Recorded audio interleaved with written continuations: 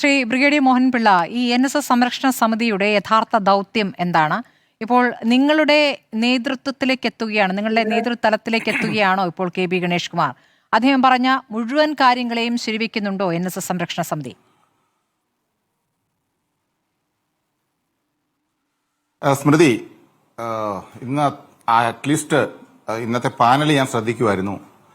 3 media പേഴ്സൺസും ഞാനുമാണ് ഇരിക്കുന്നത്. അപ്പൊ തീർച്ചയായിട്ടും 1-2 കറക്ഷൻസ് ഉണ്ട്. കാര്യം ഇപ്പൊ തന്നെ മനസ്സിലായി.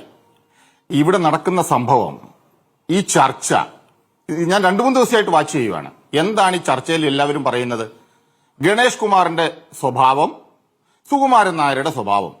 ഈ 2 കാര്യമല്ലാതെ ഇവരാരെങ്കിലും എന്തെങ്കിലും കാര്യമാത്ര പ്രസക്തമായിട്ടുള്ള എന്തെങ്കിലും പറഞ്ഞിട്ടുണ്ടോ? ഇല്ല. അതുപോലെ തന്നെ എന്തോ ഒരു ബുക്കുണ്ട്, ഞാനത് കാണിച്ചു തരാം. ദേവദാരുവിലെ ഇത്തിൽ കണ്ണികൾ. ഈ ബുക്കുമായിട്ട് അനൂപ് കൃഷ്ണന് യാതൊരു ബന്ധവുമില്ല. അനൂപ് ചന്ദ്രൻ എഴുതിയെന്നൊക്കെ പറയുന്നത് കേട്ടു. എനിക്കറിയില്ല, ബൈ മിസ്റ്റേക്ക് ആയിരിക്കും. ഇതാണ് ഞാൻ പറഞ്ഞത്, പകുതി മാത്രം പറഞ്ഞിട്ട്. ഇത് ഒരു റിസർച്ച് ചെയ്ത് ഡോക്യുമെന്റ് ആയിട്ട് എഴുതി, അല്ലാതെ സാഹിത്യവും നോവൽ പ്രൈസിന് വേണ്ടി വിട്ടിരിക്കുന്ന ബുക്കല്ല. 2, അതുപോലെ തന്നെ ഗണേഷ് കുമാറിനെ ചെറുതായിട്ട് കാണുന്നു, വലുതായിട്ട്. ഞങ്ങളെ സംബന്ധിച്ചിടത്തോളം ഗണേഷ് കുമാറോ അല്ലെങ്കിൽ സുകുമാരൻ നായരോ അല്ല ഇവിടുത്തെ പ്രശ്നം. ഗണേഷ് കുമാർ ചെറുതായിരുന്നെന്നുണ്ടെങ്കിൽ എന്തിന് സുകുമാരൻ നായർ വിയർക്കണം? ഈ കഴിഞ്ഞ ഒരാഴ്ചയായിട്ട് ഇവിടെ നടക്കുന്ന ഈ സംഭവങ്ങളിൽ എന്തിനു ഇടപെടണം? ഇത് കാര്യങ്ങൾ വളരെ വ്യക്തമാണ്. ഇന്ന് ഒരു ലൈവ് എക്സാമ്പിൾ ഇപ്പോൾ പറയാം. ഇന്ന് അമ്പലപ്പുഴയിൽ ഒരു മീറ്റിംഗ് നടന്നു. അമ്പലപ്പുഴയിലെ മീറ്റിംഗില്, അതായത് അമ്പലപ്പുഴ താലൂക്ക് യൂണിയന്റെ മുന്നിലായിരുന്നു ഈ മീറ്റിംഗ്. അവസാന നിമിഷം മൈക്ക് സാങ്ഷൻ കൊടുത്തില്ല. യൂണിയൻ പ്രസിഡന്റും സെക്രട്ടറിയും. ഏറ്റവും വലിയ തമാശ, അവിടുത്തെ യൂണിയൻ പ്രസിഡന്റ് എന്ന് പറയുന്നത് വാഴൂർ SRV കോളേജിലെ പ്രൊഫസറായിരുന്നു അത്രേ. ആ SRV കോളേജിന്റെ അവസ്ഥയെങ്കിലും ആലോചിച്ചിട്ടാണെങ്കിൽ ആ പ്രൊഫസറിന് നാണമുണ്ടെങ്കിൽ അവിടെ പോയി ഇരിക്കില്ല. കാരണം ഇപ്പം കുട്ടികളില്ലാത്തതുകൊണ്ട് അടച്ചുപൂട്ടാൻ തോന്നുന്നു ആ കോളേജും കൂടി. അപ്പം ഇവിടുത്തെ ഇന്നത്തെ ആ മീറ്റിംഗിന്റെ ആഫ്റ്റർ എഫക്ട് ഞാൻ പറയുകയാണ്.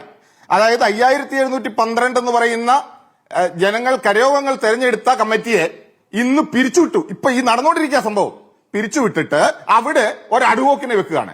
ഇവരുടെ ഈ മാധ്യമപ്രവർത്തകരോടും അല്ലാത്തവരോടും NSSനെ കുറിച്ചിട്ട് ഇന്നറായിട്ടുള്ള കാര്യങ്ങൾ അറിയത്തില്ല. അതുകൊണ്ട് ഞാൻ കുറച്ചുകൂടി ഒന്ന് വിശദമാക്കുവാണ്. കാരണം ഇവിടെ ജനാധിപത്യമുണ്ടോ കുടുംബാധിപത്യം ഉണ്ടോ, മാറ്റാൻ പറ്റുമോ ഇല്ലാത്തത് എന്നുള്ളതിന്റെ ക്രിസ്റ്റൽ ക്ലിയർ ആയിട്ട് I will just give you very clear picture in a short words rather. Sukumaran നായർക്കെതിരായിട്ട് കരയോഗത്തിൽ നിന്ന് ടീമുകൾ വരുന്നുണ്ട്. സുകുമാരൻ നായരുടെ എതിരായിട്ട് വരുമ്പോൾ അവരെ ഒരു കാരണമല്ലേ വേറൊരു കാരണം പറഞ്ഞ് പിരിച്ചുവിടുന്നു.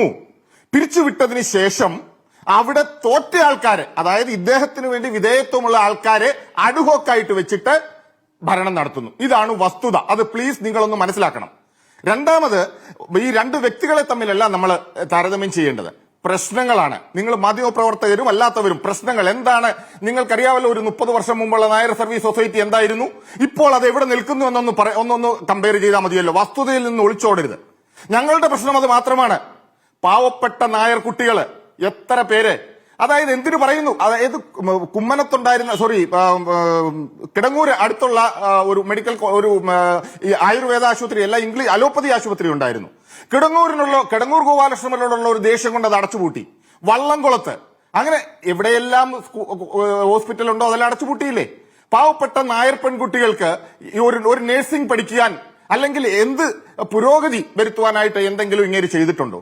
ഈ കുബുദ്ധി എന്ന് പറയുന്നത് ഈ പരയോഗങ്ങളെ പിരിച്ചുവിടാനും അല്ലാന്നുണ്ടെങ്കിൽ ഒരാളെ എങ്ങനെ ഒതുക്കാമെന്നുള്ള തീരുമാനം എടുക്കുന്ന ആ ബുദ്ധി പ്രായോഗികമായിട്ട് പോസിറ്റീവായിട്ട് അങ്ങേരൊന്ന് ആലോചിക്കുമായിരുന്നുണ്ടെങ്കിൽ NSS എന്നെ രക്ഷപ്പെട്ടു പോയേനെ.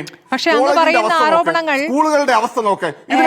NSSനകത്ത് ആ രൂപത്തിൽ അങ്ങിപ്പോ പുറത്ത് സംരക്ഷണ സമിതിയായി ചേർന്നുകൊണ്ടാണല്ലോ ഈ കാര്യങ്ങൾ പറയുന്നത്. NSSനകത്ത് സുകുമാരൻ നായരുടെ ഈ കാര്യങ്ങൾ ശരിയാണെങ്കിൽ അങ്ങനെ ചോദ്യം ചെയ്യാൻ ആരും തയ്യാറാകാത്ത എന്തുകൊണ്ടാണ്?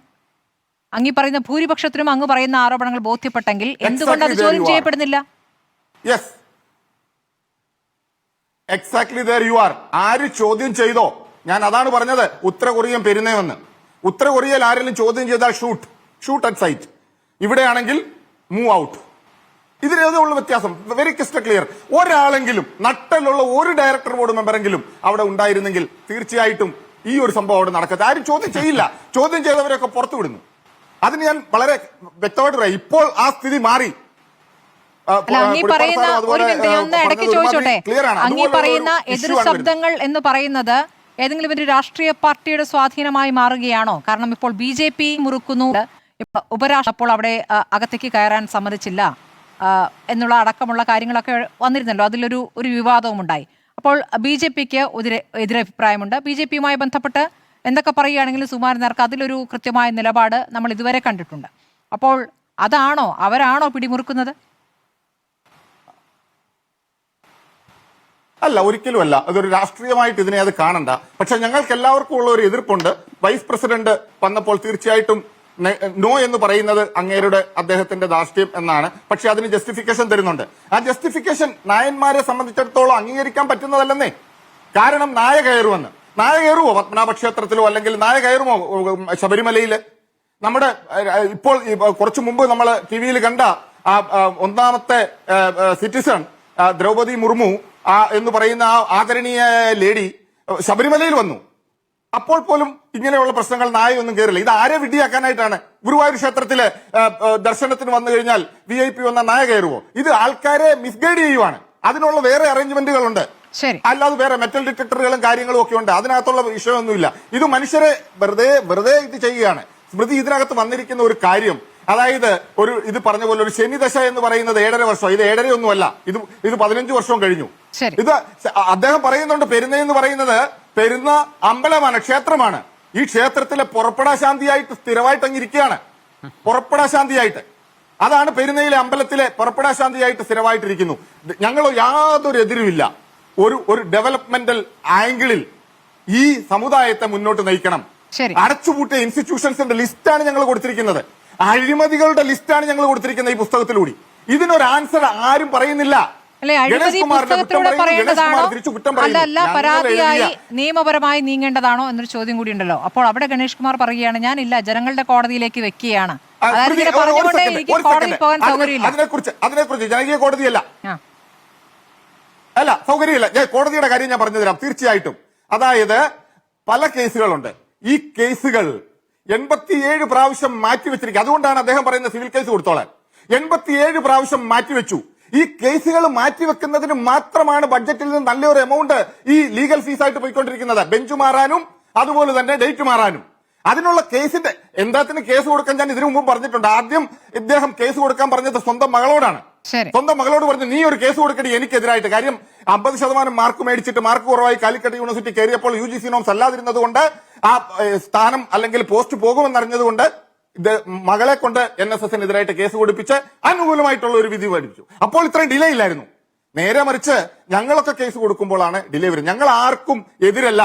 ഞങ്ങൾ സമുദായം നന്നാകണം, NSSനകത്ത് നിന്ന്. അതായത് എന്തിനു പറയുന്നു, മന്നത്തിന്റെ ഫാമിലി ഉൾപ്പെടെ, കുടുംബം ഉൾപ്പെടെ ഞങ്ങളുടെ ഒപ്പം. അത് നന്നാകണമെന്നുള്ള ഒരൊറ്റ കാര്യമേ ഉള്ളൂ. പാവപ്പെട്ട നായന്മാര് അതുപോലെ തന്നെ എല്ലാവരും പറയുന്നുണ്ട് സാമ്പത്തികമായിട്ട്. നിങ്ങൾ ഈയിടെയായിട്ട് എടുക്കൂ, സാമ്പത്തികമായി ഏറ്റവും കൂടുതൽ ആത്മഹത്യ ചെയ്യുന്നത് കേരളത്തിലെ നായന്മാരാണ്. അവർക്ക് എന്ത് സാമ്പത്തിക ഭദ്രതയാണ് ഇപ്പോൾ ഉള്ളത്? എന്ത് എഡ്യൂക്കേഷനാണ് അവർക്ക് കൊടുക്കുന്നത്? എന്ത് സംരക്ഷണമാണ് അവർക്ക് കൊടുക്കുന്നത്?